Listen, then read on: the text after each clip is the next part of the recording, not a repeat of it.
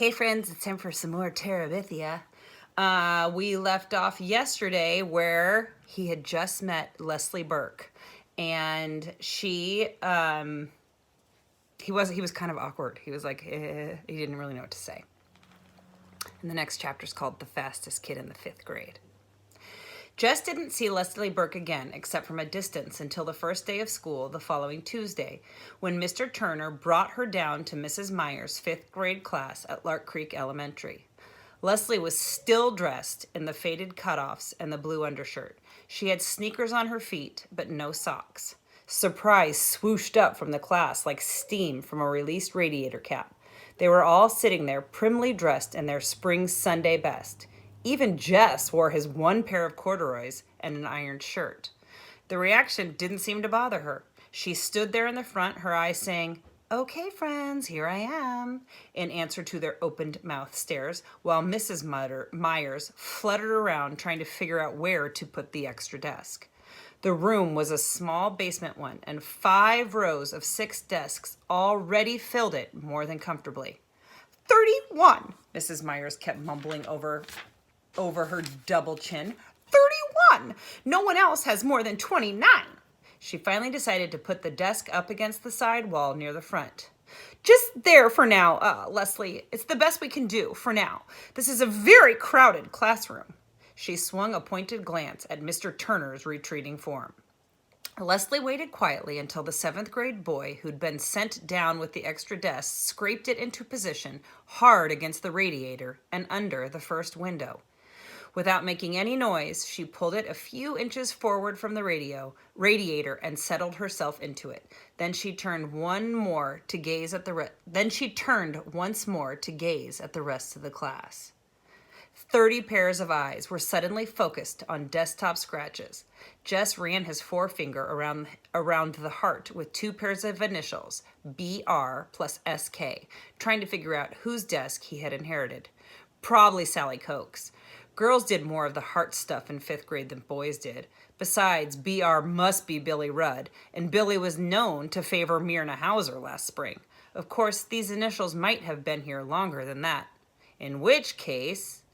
"Jess Aarons, Bobby Greggs, pass out the arithmetic books, please." On the last word, Mrs. Myers flashed her famous first day of school smile.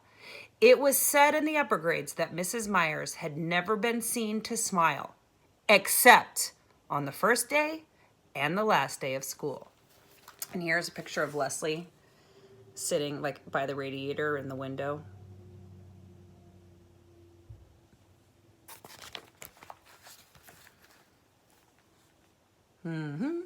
Jess roused himself and went to the front. As he passed Leslie's desk, she grinned and rippled her fingers low in a kind of wave. He jerked a nod. He couldn't help feeling sorry for her. It must be so embarrassing to sit in front when you find yourself dressed funny on the first day of school and you don't know anybody. He slapped the books down as Mrs. Myers directed. Gary Fulcher grabbed his arm as he went by. "You gonna run today?"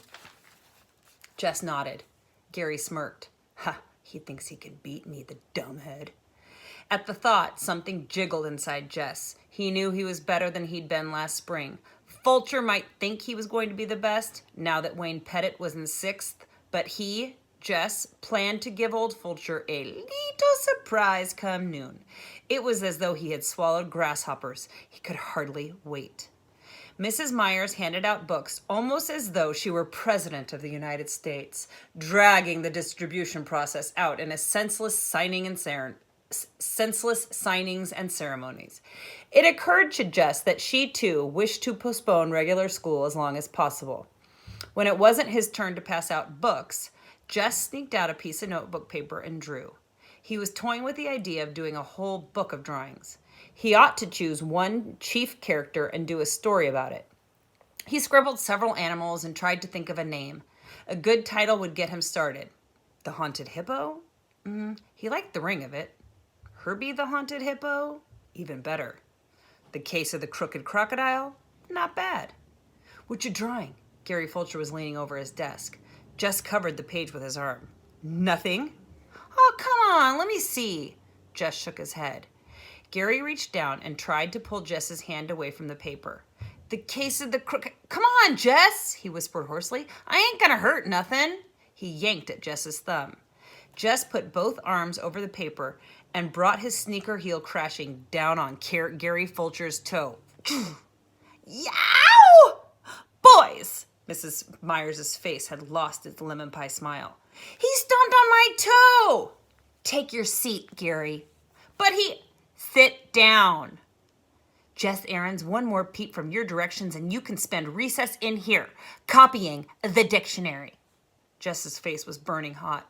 He slid the notebook paper back under his desktop and put his head down. A whole year of this. 8 more years of this. He wasn't sure he could stand it. The children ate lunch at their desks. The county had been promising Lark Creek a lunchroom for 20 years, but there never seemed to be enough money.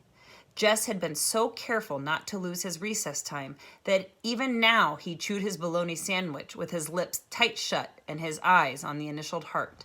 Around him, conversations buzzed. They weren't really supposed to talk during lunch, but it was the first day, and even Monster Mouth Myers shot fewer flames on the first day. She's eating clabber. 2 seats up from where he sat, Mary Lou Peoples was at work, being the second snottiest girl in the 5th grade. Yogurt, stupid. Don't you watch TV? This from Wanda K. Moore, the snottiest, who sat immediately in front of Jess.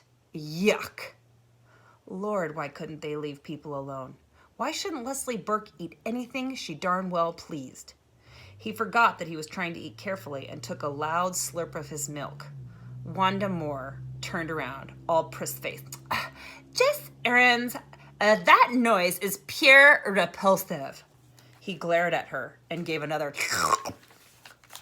You're disgusting.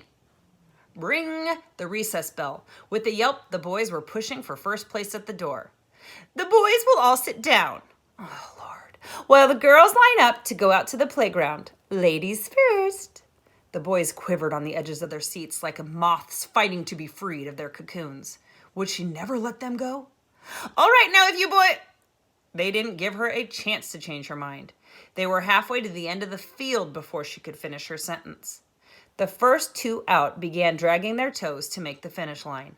The ground was rutted from past rains, but had hardened in the late summer drought, so they had to give up on sneaker toes and draw the lines with a stick. The 5th grade boys, bursting with new importance, ordered the 4th graders this way and that, while the smaller boys tried to include themselves without being conspicuous. How many of you guys want to run? Gary Fulcher demanded. Me, everyone yelled. That's too many. No 1st, 2nd, or 3rd graders except maybe the Butcher cousins and Timmy Vaughn. The rest of you, be on your way. Shoulders sagged, but the little boys backed away obediently. All right, that leaves 26, 27. Stand tall. 28. You get 28, Greg? Fulcher asked, Greg Williams, his shadow. Right, 28. Okay, now, we'll have eliminations like always. Count off by 4s. Then we'll run all the 1s together, then all the 2s. We know. Everyone was impatient with Gary, who was trying for all the world to sound like this year's Wayne Pettis. Jess was a 4, which suited him well enough. He was impatient to run, but he really didn't mind having a chance to see how the others were doing since spring. Fulcher was a 1, of course, having started everything with himself. Jess grinned at Fulcher's back and stuck his hands into the pockets of his corduroys, wriggling his right forefinger through a hole. Gary won the first heat easily and had plenty of breath left to boss the organizing of the second round. A few of the younger boys drifted off to play King of the Mountain on the slope between the upper and lower fields. Out of the corner of his eye, Jess saw someone coming down from the upper field. He turned his back and pretended to concentrate on Fulcher's high-pitched commands. Hi! Leslie Burke had come up behind him. He shifted slightly away. Aren't you running? Later, maybe if he didn't look at her, she'd go back to the upper field where she belonged. Gary told Earl Watson to bang the start. Jess watched. Nobody with much speed in that crowd. He kept his eyes on the shirt tails and bent backs. A fight broke out at the finish line between Jimmy Mitchell and Clyde Deal. Everyone rushed to see. Jess was aware that Leslie Burke stayed right at his elbow, but he was careful not to look her way. Clyde, Gary Fulcher made his declaration. It was Clyde. It was a tie, Fulcher, a fourth grader protested. I was standing right here. Clyde, deal. Mitchell's jaw was set. I won, Fulcher. You couldn't even see it from way back there. It was deal. Gary ignored the protest. We're wasting time. All the threes, line up right now. Jimmy's fist went up. That ain't fair, Fulcher. Gary turned his back and headed for the starting line. Oh, let them both run in the finals. What's it gonna hurt? Jess said loudly. Gary stopped walking and wheeled to face him. Fulcher glared first at Jess and then at Leslie Burke. Next thing, he said, his voice dripping with sarcasm, next thing you're gonna want to let some girl run.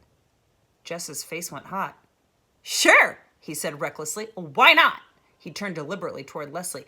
You want to run? He asked. Sure, she was grinning. Why not? You ain't scared to let a girl race you, are you, Fulcher? For a minute, he thought Gary was going to sock him, and he stiffened. He mustn't let Fulcher suspect that he was scared of a little belt in the mouth, but instead, Gary broke into a trot and started bossing the threes into line for their heat. You can run with the fours, Leslie, he said it loudly enough to make sure Fulcher could hear him, and then concentrated on the runners. See, he told himself, you could stand up to a creep like Fulcher, no sweat. Bobby Miller won the threes easily. He was the best of the fourth graders, almost as fast as Fulcher, but not as good as me, Jess thought. He was beginning to get really excited now. There wasn't anybody in the fours who could give him much of a race. Still, it would be better to give Fulcher a scare by running well in the heat. Leslie lined up beside him on the right. He moved a tiny bit to the left, but she didn't seem to notice. At the bang, Jess shot forward. Felt good. Even the rough ground against the bottom of his worn sneakers. He was pumping good. He could almost smell Gary Fulcher's surprise at his improvement. The crowd was noisier than they'd been during the other heats. Maybe they were all noticing. He wanted to look back and could see where the others were, but he resisted the temptation. It would seem conceited to look back. He concentrated on the line ahead. It was nearing with every step. Oh, Miss Bessie, if you could see me now. He felt it before he saw it. Someone was moving up. He automatically pumped harder. Then the shape was there in his sideway vision, then suddenly pulling ahead. He forced himself now. His breath was choking him and the sweat was in his eyes, but he saw the figure anyhow. The faded cutoffs crossed the line a full 3 feet ahead of him. Leslie turned to face him with a wide smile on her tanned face. He stumbled and without a word began half walking, half trotting over to the starting line. This was the day he was going to be the champion, the best runner of the 4th and 5th grades, and he hadn't even won his heat. There was no cheering at either end of the field. The rest of the boys seemed just as stunned as he was. The teasing would come later, he was sure, but at least for the moment, none of them were talking. Okay, Fulcher took over. He tried to appear very much in charge. Okay, you guys, we can line up for the finals. He walked over to Leslie. Okay, you had your fun. You can run out now and hopscotch. But I won the heat, she said. Gary lowered his head like a bull. Girls aren't supposed to play on the lower field. Better get up there before one of the teachers sees you. But I want to run, she said quietly. You already did. What's the matter, Fulcher? All Jess's anger was bubbling out. He couldn't seem to stop the flow. What's the matter? You scared to race her? Fulcher's fist went up, but Jess walked away from it. Fulcher would have to let her run now, he knew, and Fulcher did, angrily and grudgingly. She beat him. She came in first and turned her large, shining eyes on a bunch of dumb, sweating, mad faces. The bell rang. Jess started across the lower field, his hands still deep in his pockets. She caught up with him. He took his hands out and began to trot toward the hill. She got him into enough trouble, but she speeded up and refused to be shaken off. Thanks, she said. Yeah?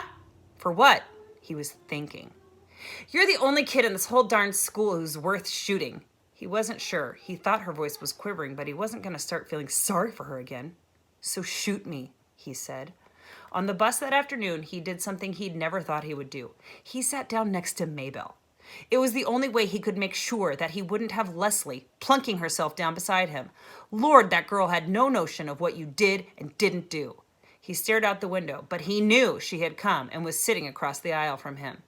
He heard her say, Jess, once, but the bus was noisy enough that he could pretend he hadn't heard. When they came to the stop, he grabbed Maybelle's hand and dragged her off, conscious that Leslie was right behind them. But she didn't try to speak to him again, nor did she follow them. She just took off running to the old Perkins place. He couldn't help turning to watch. She ran as though it was in her nature. It reminded him of the flight of wild ducks in the autumn. So smooth. The word beautiful came to his mind, but he shook that away and hurried up toward the house. And then we'll see what happens next week.